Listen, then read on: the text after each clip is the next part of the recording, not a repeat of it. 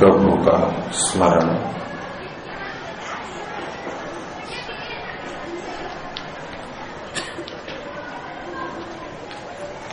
सदा सबका सहायक,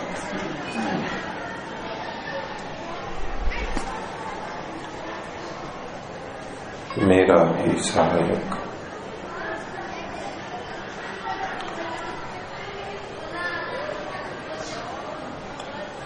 प्रणव करें।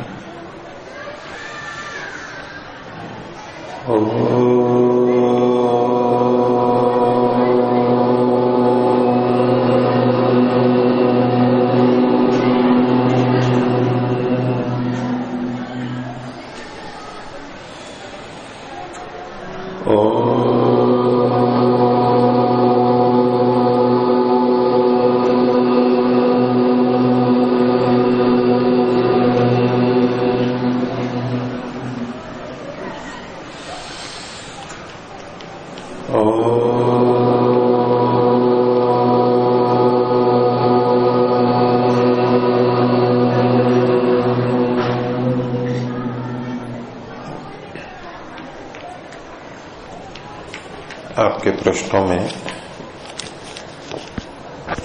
पीछे जो प्रश्न चल रहा था अनादि और अनंत का, उससे संबंधित किन्हीं को कुछ और प्रश्न हो पूछे। अच्छा जी, समय जैसे है ये तो अनंत है, बहुत आगे से चल रहा है और चलता रहेगा। और ईश्वर अनंत अनादि है, अनंत है, तो ईश्वर और समय के अंदर क्या रिलेशन है? एक है, एक भाग है, अंश अलग अलग। बैठिए। समय एक दृष्टि से कुछ है, अस्तित्व है उसका, जैसा कि वैशेषिक दर्शन में माना है। दूसरी दृष्टि से जैसा योग दर्शन व्यास भाष्य में आया, समय कोई तत्व नहीं है, कोई वस्तु नहीं है, प्रकृति से बनी हुई कोई चीज नहीं है। वो सापेक्ष है, बुद्ध्यपेक्ष है, बुद्धि की अपेक्षा से वो कथन है। जैसे कि दिशाएं, अपने आप में दिशाएं कुछ भी नहीं है। अब यहां इसको कौन सी दिशा कहेंगे? मेरे सामने जो है वो, मेरे सामने जो है, या ये यज्ञकुंड है, कौन सी दिशा में है? कौन सी में? हम सब अलग अलग बोल सकते हैं ना। तो वस्तु तक तो उस तरह से हो तब तो सब हम यज्ञकुंड को यज्ञकुंड बोलते हैं। ये सापेक्ष है, बुद्ध्यपेक्ष है। ऐसे ही काल क्रियाओं की अपेक्षा रखता है, लेकिन काल की गणना कब हुई, प्रारंभ कब हुआ, वो कुछ नहीं है, वो अनादि ही है। आपने ठीक कहा, और अनंत है। चूंकि ये सृष्टि भी अनादि काल से चल रही है, अनंत काल तक चलती रहेगी। ईश्वर जी प्रकृति भी अनादि काल से है, मूल प्रकृति, और अनंत काल तक रहेंगे। वस्तुएं हैं, क्रियाएं हैं, तो उसके साथ काल तो जुड़ता ही है। उस दृष्टि से ये अनादि अनंत है। लेकिन काल परमात्मा है ऐसा नहीं कहते। काल जो हम समय की दृष्टि से बोल रहे हैं वो परमात्मा नहीं है, परमात्मा से भिन्न है। परमात्मा को यद्यपि काल कहा जा सकता है, काल यानी जो मृत्यु को लाता है, उस रूप में जो लोक में प्रचलित है उसका काल आ गया है, समय आ गया, लेकिन वो मृत्यु काल मतलब हर चीजें परमात्मा के द्वारा नियंत्रित हैं, व्यवस्थित हैं। जहां तक उसका क्षेत्र है वहां सब चीजें समयानुसार यथावत चलती हैं, नियंत्रण में है। लेकिन परमात्मा अपने आप में काल से परे है, कालातीत है। परमात्मा के साथ हम कोई काल नहीं जोड़ सकते। व्यवहार के लिए हम बोल सकते हैं कि परमात्मा वर्तमान काल में भी है, भूतकाल में भी था और भविष्य में भी रहेगा। इस दृष्टि से हम बोल सकते हैं, लेकिन परमात्मा में अपने आप के लिए कोई काल नहीं है, इसलिए उसको कालातीत कहा जाता है, काल से परे है। और प्रकृति के संदर्भ में वो काल से जुड़ी है, उत्पन्न होती है, मध्य काल आता है, क्षीण होती है, नष्ट होती है। प्रलय का भी जीवों के लिए भी होता है, वो शरीर धारण करते हैं, मुक्ति में जाते हैं, बंधन में आते हैं, ये चलता रहता है। आत्मा अपने आप में कोई काल से युक्त नहीं है, वो भी नित्य है। लेकिन चूंकि आत्मा प्रकृति के साथ जुड़ती है, जन्म मरण के चक्र में आती है, मुक्ति में जाती है, इस दृष्टि से उसके साथ काल जुड़ा हुआ है, व्यवहार जुड़ा हुआ है। और प्रकृति के साथ भी ऐसा ही है। तो काल और परमात्मा को अलग ही समझना चाहिए। काल जो समय हम निर्धारण करते हैं, देरी को बोलते हैं, वो अलग अलग है। हो गया? आप अनादि और अनंत से संबंधित प्रश्न रखिए मुख्य। हाँ, पूछिए। अनंत से संबंधित काल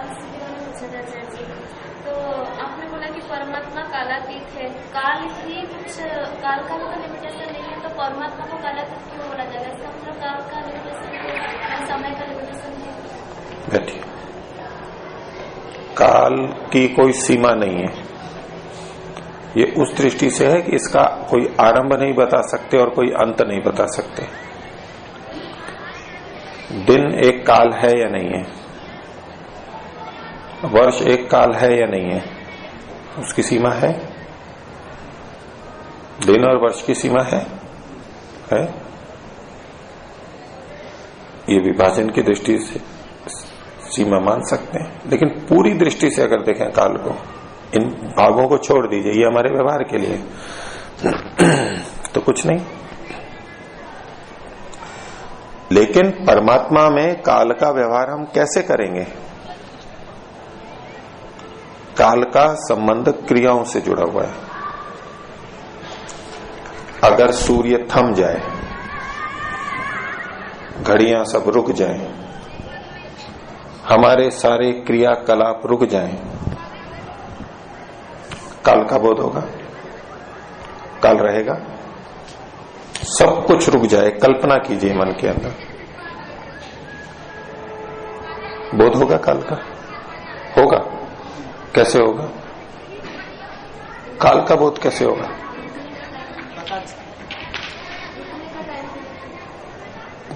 कैसे पता करेंगे?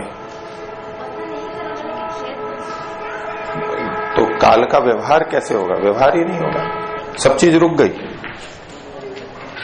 हमें काल का पता इसलिए लगता है क्योंकि गतियां हो रही हैं, सूर्य उग रहा है, दिन हो रहा है, रात हो रहा है, घड़ियां चल रही हैं, कार्य हो रहे हैं, गाड़ियां चल रही हैं, हम चल रहे हैं, फिर रहे हैं, इसलिए काल का हमें पता लगता है। नहीं तो काल का कुछ भी पता नहीं लगेगा हमें, काल का कुछ पता नहीं लगेगा हमें। सब कुछ एकदम स्थिर हो जाए तो कुछ भी पता नहीं लगेगा, बोध ही नहीं होगा। उस क्रियाएं सारी हो रही हैं ब्रह्मांड में, ब्रह्मांड कहें या तो ब्रह्मांड केवल सौरमंडल के लिए भी महर्षि दयानंद ने प्रयोग किया है अधिकांश जगह पे या सब जगह पे, वेद भाष्य आदि में, लेकिन पूरा जितना कार्य जगत है क्रियाएं इसी में हो रही हैं, इससे परे क्रियाएं नहीं है, क्योंकि प्रकृति भी नहीं है वहां पर। तो सृष्टि का बनना बिगड़ना ये सब इसके अंतर्गत हो रहा है, पूरा जो ब्रह्मांड या कार्य जगत फैला हुआ है, लोक लोकांतर सारे। और परमात्मा तो उससे परे भी है, जहां प्रकृति का कुछ भी नहीं है, प्रकृति की कोई क्रियाएं नहीं है, जहां पर परमात्मा उससे भी परे है।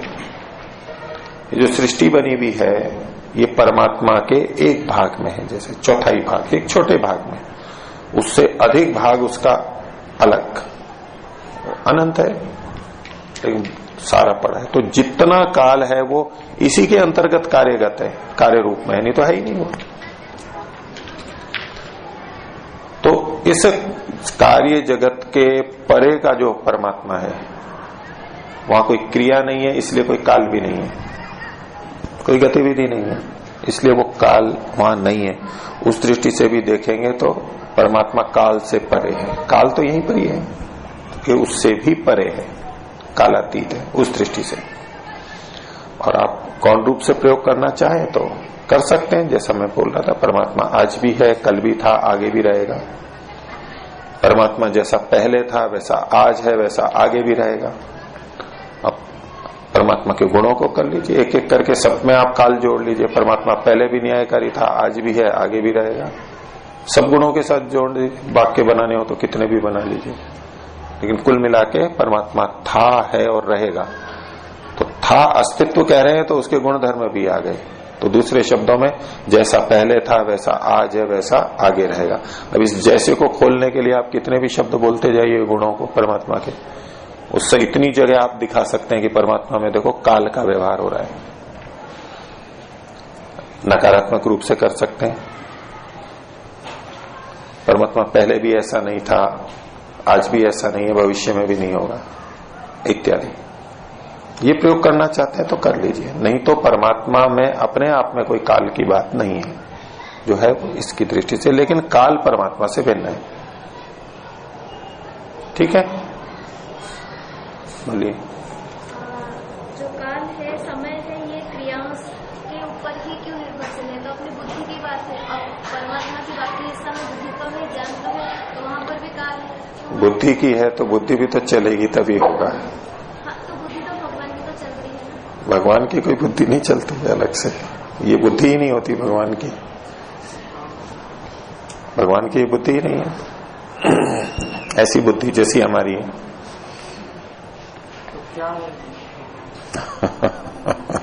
क्या है मतलब, तो परमात्मा ज्ञान स्वरूप है, ऐसा उपकरण नहीं है। मैं ये तो प्रकृति का है ना, जो जिस बुद्धि की बात करते हैं हम, ये प्रकृति का है, इसकी दृष्टि से क्रियाएं हैं। ठीक है, आपको परमात्मा काल से युक्त लगता है, काल से युक्त मान लीजिए, कोई आपत्ति नहीं। कालातीत लगता है तो कालातीत भी बोला जाता है, कालातीत मान लीजिए। लेकिन काल परमात्मा नहीं है। काल अनादि अनंत कहा जा सकता है। महर्षि दयानंद ने सत्यार्थ प्रकाश में भी लिखा है, 3 ईश्वर जीव प्रकृति के अतिरिक्त गिना करके काल को भी लिखा है वहां पर। उस दृष्टि से स्वीकार किया जा सकता है। लेकिन व्यास भाष्य में एक पंक्ति आती है कि शून्य होते हुए भी, अभाव कुछ भी नहीं है, वो होते हुए भी व्युत्थित चित्त वालों को ये द्रव्य के समान आभासित होता है कुछ नहीं, तत्व नहीं है वो आपस में, अपने आप में प्रकृति से बना हुआ तत्व नहीं है वो। अगर आकाश को भी एक तत्व मानेंगे तो त्रैतवाद कहां रहेगा? ईश्वर जीव प्रकृति, ये दूसरी एक चौथी चीज और आ जाएगी। त्रैतवाद नहीं बोलते फिर महर्षि दयानंद। ठीक है, वो अनादि और अनंत है, पहले से है, वो केवल व्यवहार के लिए और कुछ नहीं है। वो व्युत्थित चित्त वाले हम जो व्यवहार कर रहे हैं, शरीर से जुड़े हुए हैं, ये हम व्युत्थान दशा में है, अभी हमारा व्यवहार दशा में है, व्युत्थान यानी व्यवहार दशा में है हम। उन्हीं को ये द्रव्य के समान भाषित होगा, जैसे भी कोई द्रव्य है, कोई वस्तु है। वैशेषिक दर्शन व्यवहार के लिए ही बात करता है, वैशेषिक न्याय मुख्य रूप से। और योग दर्शन ने तो स पूर्वेशाम अपि गुरु कालेना अनवच्छेदात्, काल से उसका कोई विभाजन नहीं कर सकते, वहां है या ऐसे था, कुछ नहीं। तो तत्व तो 3 ही है, ईश्वर जीव और प्रकृति।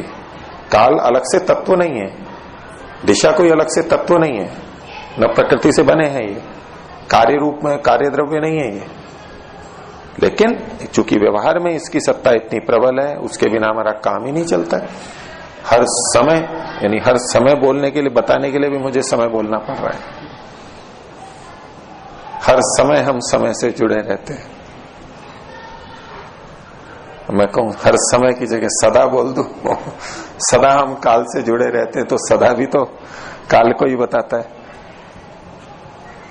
मैं हूं तो काल जुड़ा हुआ है, हूं भी हूं, वर्तमान जुड़ा हुआ है उसमें, हम काल से अतिरिक्त जा ही नहीं सकते। इसलिए वैशेषिक दर्शन में द्रव्यों में काल को भी गिना अलग से, व्यवहार मात्र के लिए। आप बोलिए।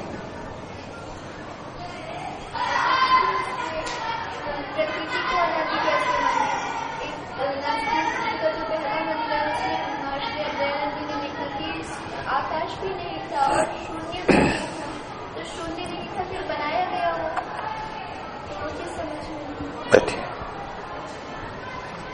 नासदीय सूक्त में प्रकृति के बारे में वर्णन है, उसको काफी गंभीर सूक्त माना जाता है।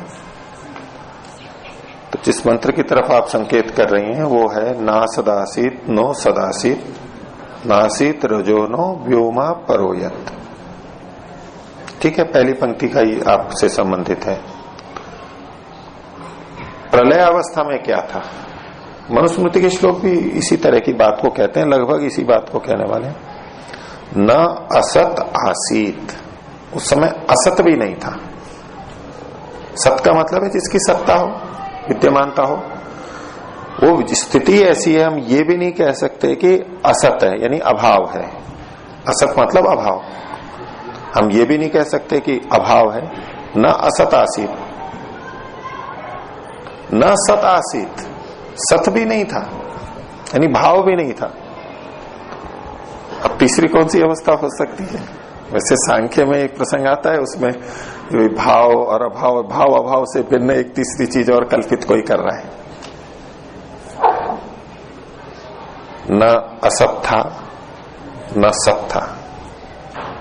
असत मतलब वो शून्य हो गया, अभाव हो गया। न असत आसीत नो सदासीत नासीत रजो, ये जो लोक लोकांतर है इनको रज नाम से कहा जाता है। दूर से देखते हैं तो वैसे तो छोटे छोटे तारे दिखते हैं, लेकिन जो आकाश गंगा देखते हैं, मिल्की वेव्स देखते हैं, तो वहां क्या दिखता है हमारे को? प्रकाश के बस छोटे छोटे कण के रूप में धूल सी दिखती है। इनको रज कण की तरह, जो मिट्टी के कण होते हैं उस तरह से इनको कहते हैं। ये कण रूप ही है, इसमें बड़ा है ये पृथ्वी एक छोटे से कण के समान है। बाकी सारे नासीत रजो, ये रज भी नहीं थे सारे, कोई लोक लोकांतर नहीं था उस समय। नो व्योमा परोयत अपरह व्योमा अपि न आसीत। दूसरा व्योम, दूसरा व्योम कौन? यानी व्योम यानी आकाश। आकाश यानी दो तरह के आकाश हो गए। एक अवकाश रूप आकाश, शून्य जिसको बोलते हैं, जिसको पहले कहा असत, अभाव, अवकाश, उसको आकाश बोलते हैं। उसको भी आकाश बोलते हैं ना। आकाश मतलब खाली जगह, एक लोक के अंदर बोलते हैं। और उसमें बहुत भ्रांति भी रहती है कि आकाश कुछ नहीं है तो शब्द उसका गुण क्यों है, और यदि आकाश शब्द गुण वाला है और प्रकृति से बना है तो उसको कुछ नहीं क्यों बोलते हैं। तो दो अलग अलग आकाश है। ये इस मंत्र से भी पुष्टि होती है और इसका भाष्य जो ऋग्वेद आदि भाष्य भूमिका में महर्षि ने किया है वहां भी पुष्टि होती है। पहला अंतरिक्ष कहो या अवकाश कहो, वो वाला अभाव असत, और दूसरा अपरह व्योमा। अपर शब्द भी ये बताता है कि एक और भी इस नाम से, व्योम नाम से कहा जाता है। तो अपर व्योम का मतलब है जो प्रकृति से बना हुआ आकाश है, वो भी नहीं था उस समय। तो न शून्य था न ये था। तो आपका जो प्रश्न है वो तो ऐसा था कि जब महर्षि ने लिखा है, वेद के अंदर कहा है नासदीय सूक्त में कि शून्य भी नहीं था, तो क्या था फिर? अब ये रचना ऐसी है कि क्या कभी ऐसा संभव है कि न तो अभाव हो न भाव हो? क्या ये संभव है? क्या ये संभव है? अपनी अपनी बुद्धि से बोल सकते हैं, चिंता नहीं कि भाई वेद का मंत्र है उसके बारे में हम क्या बोलेंगे। हम तो क्या है, या तो अभाव होगा या भाव होगा। अभाव भी नहीं है और भाव भी नहीं है, ये कौन सी बात हो गई? ऐसा तो नहीं हो सकता, लेकिन फिर भी कहा गया है। तब इससे तात्पर्य लिया जाता है। सीधे सीधे शब्द का अर्थ नहीं घट रहा है तो तात्पर्य लिया जाता है। चूंकि उस समय ये सारा जगत नष्ट हो गया था प्रलय अवस्था में, कार्य जगत कुछ नहीं था, ना हमारे शरीर थे, ना पेड़ पौधे थे, ना पानी था, ना अग्नि थी, ना भूमि थी, ना सूर्य था, कुछ भी नहीं था। तो जैसे कहीं कोई भूकंप आ जाए और सब नष्ट हो जाए तो क्या कहते हैं हम? कुछ नहीं। तो उस प्रलयावस्था को भी कोई अगर ये कहने लगे कि यहां तो कुछ भी नहीं है, शून्य है, तो कह रहे न असत आसित। ये मत बोलो कि असत असत हो गया है, अभाव हो गया है। असत नहीं हुआ है, ये नष्ट तो हो गया है, लेकिन आप उसको अभाव नहीं कह सकते। भाव थी वो समाप्त तो हो गई, बिखर गई, विखंडित हो गई, लेकिन आप ये नहीं कह सकते कि ये शून्य हो गया है, अभाव हो गया है। तो इसलिए सबसे पहले कहा ये जो प्रलय अवस्था है ये असत न आसित है। उस समय में शून्य था, अभाव था, ऐसा नहीं था, यानी कुछ था। ये तात्पर्य निकलेगा ना, अभाव नहीं था यानी कुछ था। तो बोले था तो फिर ये इसी तरह से कुछ होगा उस समय भी, जैसे आज ये ग्रह नक्षत्र है ऐसे ही कुछ होगा। न सतासीत, ये इस तरह से सत्तावान कुछ नहीं था। वो अद्भुत स्थिति है, तो आप उसको अभाव भी नहीं कह सकते, क्योंकि अविज्ञेयम है वहां पर, तो सारा कुछ जाना नहीं जा सकता, इसलिए अभाव जैसा लगता है, लेकिन का अभाव नहीं है। कोई कहे कि नहीं फिर भी कुछ ना कुछ होगा और भाव होगा तो ये संसार जैसा होगा, तो कहा कि नहीं, सत भी नहीं था। वो सत की तरह से हमें अभिव्यक्ति ही नहीं होता, हमें ज्ञात ही नहीं हो सकता, उसको सत क्या कहें? हमारी दृष्टि से होना ना होना बराबर है।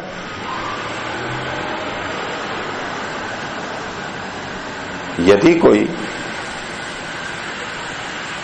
गाय या कोई हमारा घोड़ा आदि जो पशु है वो हमारे उपयोग में नहीं आ रहा है, तो उसका होना ना होना हमारे लिए बराबर है, कुछ भी नहीं, हमारे लिए कोई उपयोग नहीं उसका। और हम जिसको जान नहीं पा रहे हैं उसके लिए हम यही कहते हैं वो नहीं है, तो वो उस स्थिति का वर्णन है। लेकिन प्रकृति तो उस समय भी थी। अब क्या प्रश्न बचा उसमें आपका? कहाँ कुछ नहीं था? ये कहाँ लिखा है कुछ नहीं था? वो क्या था? तो वो प्रकृति का मूल तत्व जो सत्वर स्तंभ की साम्यावस्था कही जाती है। दर्शनों में भी, महर्षि ने भी बहुत जगह लिखा है, इस कार्य जगत का जो मूल उपादान कारण है, अविभाज्य कण जो है, वो कण बहुत है, एक नहीं, 3 तरह के हैं और बहुत है। जो कि अविभाज्य कण है, इसका मूल कारण है प्रकृति का, कार्य जगत का, वो थे। आत्माएं सब थी और परमात्मा भी था, ये सब थे उस समय। परमात्मा पूरा ज्ञानवान था, वो सब जानता था, लेकिन आत्माएं प्रलयावस्था में मूर्छित या सुषुप्ति की तरह थी, इसलिए कुछ नहीं जान रही थी। मुक्तात्माएं थी, वो जानती हैं, वो जान रही थी। और प्रकृति अपनी साम्यावस्था में थी, सक्रिय नहीं थी, अभिव्यक्त रूप में उसके गुण अभिव्यक्त नहीं हुए थे, अव्यक्त रूप में थी। ये इतनी सारी चीजें थी, सब कुछ था, केवल कार्य जगत नहीं था, बाकी सब था। हाँ, और किन्हीं को पूछिए।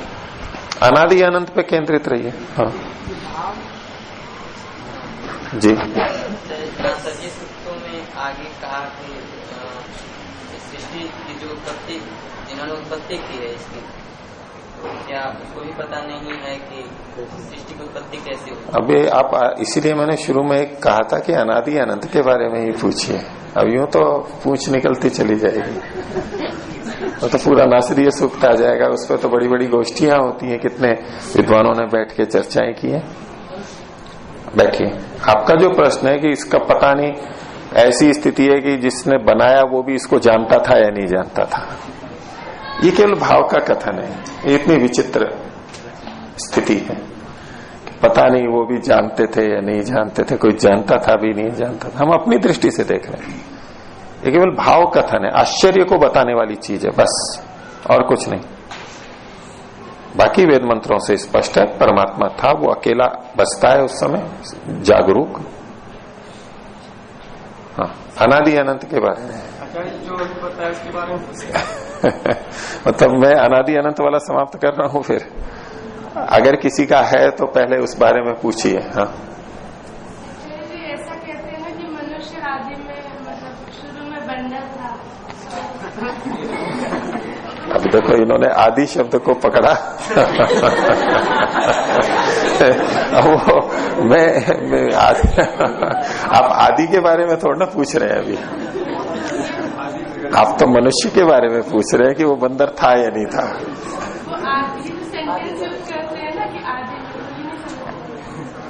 अच्छा, उसका आदि का मतलब है सृष्टि के आदि में पहले, वहां आदि का मतलब है पहले। जो लोग ये मानते हैं कि मनुष्य पहले बंदर था, तो आदि का मतलब है पहले, सृष्टि के पहले सीधे मनुष्य नहीं थे, बंदर बने, बंदर से मनुष्य बने। जो इस मान्यता को मानते हैं उनकी दृष्टि से ये वाक्य की संगति ऐसे लगेगी। सृष्टि की आदि वही प्रलय अवस्था की बात जो शुरू होती है। जी हाँ, ठीक है। अंत हो गया आपके प्रश्नों का, आदि अंत के बारे में बोलो। कोई पूछते हैं हमें पता नहीं है कि सृष्टि कब से प्रारंभ हुई है और कब खत्म हुई है। हाँ, इसलिए उनको अनादि बोलते हैं। ठीक है। ये प्रश्न अनेक चीजों में पूछा जा सकता है कि हम कह रहे हैं कि सृष्टि का कोई आदि नहीं था। भाई ऐसा भी तो हो सकता है कि हमें नहीं पता है आदि हो, लेकिन आदि हो। अंत नहीं है भाई, हमें नहीं पता है कि अंत है, लेकिन हो, ठीक है, हमारे को नहीं पता। लेकिन सार ये नहीं कहना, नहीं, सार कहाँ क्या निकला सार? बता सकते हैं। बोलो बोलो, सार बोलो। हमें पता नहीं है कि सृष्टि कब से प्रारंभ हुई, हाँ। किसी को पता नहीं। अच्छा, ये मैंने बोला ऐसा? मेरे बोले हुए का सार निकाल रहे हो क्या? किसी भी शास्त्र में लिखा नहीं कि आदि है, शुरुआत अब ये हुई है और अंत अब जाके किसी में नहीं लिखा हुआ है। इससे अनुमान ये लगाते हैं कि किसी को पता नहीं था, इसलिए अनादि बोलते हैं। अच्छा, जिन्होंने ये कहा कि ये अनादि है और अनंत है, ये कथन नहीं हुआ? अगर सृष्टि के बारे में ये कहें कि अनादि और अनंत है, महर्षि दयानंद ने लिख ही रखा है, इसका अंत कोई नहीं जानता। अनादि है, अनंत है, ठीक है। अनादि अंत कोई नहीं जानता ये नहीं बोलेंगे, अनादि है और अनंत है, तो ये कथन हो गया ना उसका। ये एक अलग बात है, और ये कहना कि हमें आदि और अंत का पता नहीं है, ये एक अलग बात है। निर्धारित कर देना चाहिए है? निर्धारित कर देते हैं कि कब से शुरू हुई?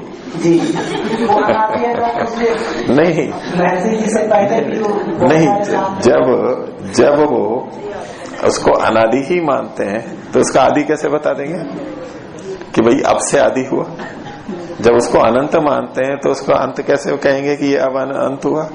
अनादि अनंत जानते हैं, अनादि अनंत सत्य प्रकाश में आता है। ईश्वर मानने वाले से पूछा अनिश्वरवादी ने, ये तो हमारे पक्ष में सर्वशक्तिमत्ता में नहीं, अभी पूरा तो करूं मैं। बात तो कहूं, आपके पक्ष में तो ठीक है, आपकी विजय हो जाएगी। तो उसने पूछा कि परमात्मा की सर्वज्ञता, परमात्मा अपने अंत को जानता है या नहीं? परमात्मा अपने अंत को जानता है या नहीं? अब उत्तर देने वाला क्या उत्तर दे सकता है? हाँ या ना में ही तो देगा। हाँ या ना में यही तो उत्तर बनेंगे। परमात्मा अपने अंत को जानता है या नहीं? क्या बोलेंगे आप लोग? अंत को नहीं जानता, ये कहोगे ना, क्योंकि अंत होता ही नहीं है, तो उसके वो अपने अंत को नहीं जानता है। अपने अंत को नहीं जानता है तो दोष क्या आएगा? परमात्मा को सर्वज्ञ क्या कहेंगे? कम से कम इस बात को तो नहीं जानता है वो। और यदि यूं कह दिया कि हाँ जानता है, उसकी सर्वज्ञता को रक्षित करने के लिए नहीं, परमात्मा तो सब कुछ जानता है, तो परमात्मा अपने अंत को जानता है? बोले हाँ जानता है। क्यों कहा ऐसा जानता है? क्योंकि परमात्मा सर्वज्ञ है और परमात्मा अवश्य जानता होगा। ऐसे कैसे हो सकता है कि परमात्मा अपने अंत को न जानता हो? तो क्या दोष आ जाएगा? तो शांत हो जाएगा, मरने वाला हो जाएगा, ये दूसरा दोष हो जाएगा ना। अब ऐसे में क्या उत्तर दें? दो ही तो उत्तर हो सकते थे, दो ही तो हो सकते थे। अब दोनों में फंसते हैं, कुछ भी बोलो एक तो खंडित होगा ही। पूर्व पक्षी इतना चतुर था। उसने ऐसा प्रश्न किया नास्तिक ने। एक और तो आपने सत्यार्थ प्रकाश पढ़ रखा है तो बोल दो, महर्षि के नाम से ही बोल दो उस उत्तर को। आप अपनी तरफ से क्यों बोलो, बोलिए। मैं भी वही बोल रहा हूँ, बोलो बोलो बोलो बोलो बोलो, आपकी भी परीक्षा हो जाएगी। हो सकता है आप कोई और अलग उत्तर दे दो जो महर्षि दयानंद से भी भिन्न हो। बोलो। मतलब वो तो जानते होंगे ना कि कभी खत्म नहीं। प्रश्न से भिन्न जा रहे हैं। प्रश्न ये था कि परमात्मा अपना अंत जानता है या नहीं। जी। तो आपने कहा जानता कि है। अंत नहीं होता है? अंत जानता है। तो आपने उत्तर ठीक दिया। वही उसी बात को महर्षि ने लिखा कि परमात्मा अनंत है और परमात्मा अपने को अनंत ही जानता है, जैसा है वैसा जानता है। ठीक है। तो शास्त्र भी बोलते हैं और आप अपने तर्क से भी सोच लीजिए। और सृष्टि को आदि मान लें, अंत मान लें, इससे क्या आपको सिद्ध होगा? क्या सिद्ध करना चाहते हैं आप इससे? चलो मान लिया, आपने कहा नहीं अनादि नहीं है, अनंत नहीं है, यानी शुरुआत हुई थी और अंत होगा इसका। इससे क्या हासिल हुआ? क्या आपके प्रश्न रुक गए यहां पर? ये समझ में नहीं बैठ रहा है अनादि और अनंत है तो इसलिए स्वीकार्य नहीं होता है, समझने में कठिन है, क्योंकि हम जिस जगत में रहते हैं वहां आदि और अंत देखा जाता है, इसलिए हमारी बुद्धि स्वीकार नहीं करती है। लेकिन ये एक प्रश्न हमारे को समझने में कठिनाई है, एक बात को समझने में, लेकिन उसको हटाने के लिए यदि हम सादी और शांत मान लें, आदि वाला और अंत वाला मान लें, तो जो प्रश्न खड़े होंगे उनका उत्तर कौन देगा? क्यों प्रारंभ हो गया उसका?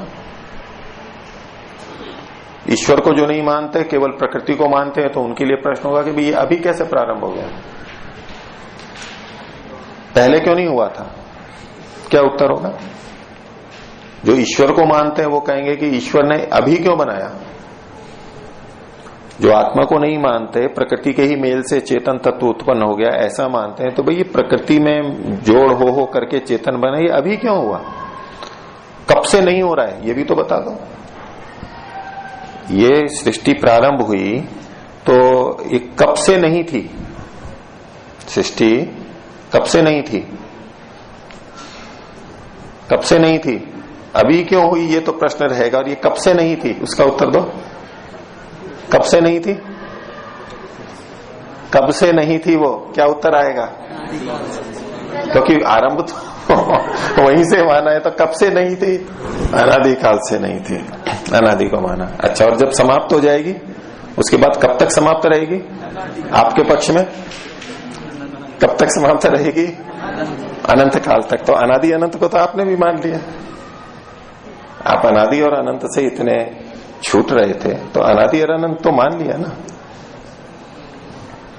देखो इन्होंने मान लिया। यही हुआ कि जो मैं नहीं जानता हूँ मानना ही होगा। ठीक है, मैं नहीं जानता हूँ इसलिए अनादि अनंत। ऐसा नहीं कहेंगे हम। देखो हम समझ नहीं सकते, सही बात तो यह है, क्योंकि ये इतना व्यापक विषय है कि हम इस सृष्टि की, इस धरती के ही प्रारंभ को यूं सोचने लगे प्रमाणों से, तो हम नहीं जान सकते पूरा पूरा, केवल इस धरती को भी, और बाकी तो छोड़ दीजिए, बहुत आगे की बात हो गई। ठीक है, तो सीधे सीधे समझ में नहीं आता, लेकिन फिर भी जो हम तर्क युक्ति करते हैं, देखते हैं कि ये ठीक है, गलत है, ऐसा हो सकता है, ऐसा नहीं हो सकता, उसमें सबसे निर्दुष्ट पक्ष, कम से कम प्रश्न वाला, वो यही होता है, अनादि और अनंत माना जाता है उसको। ठीक है, इतना ही रखते हैं। ओ मंत्र पाठ।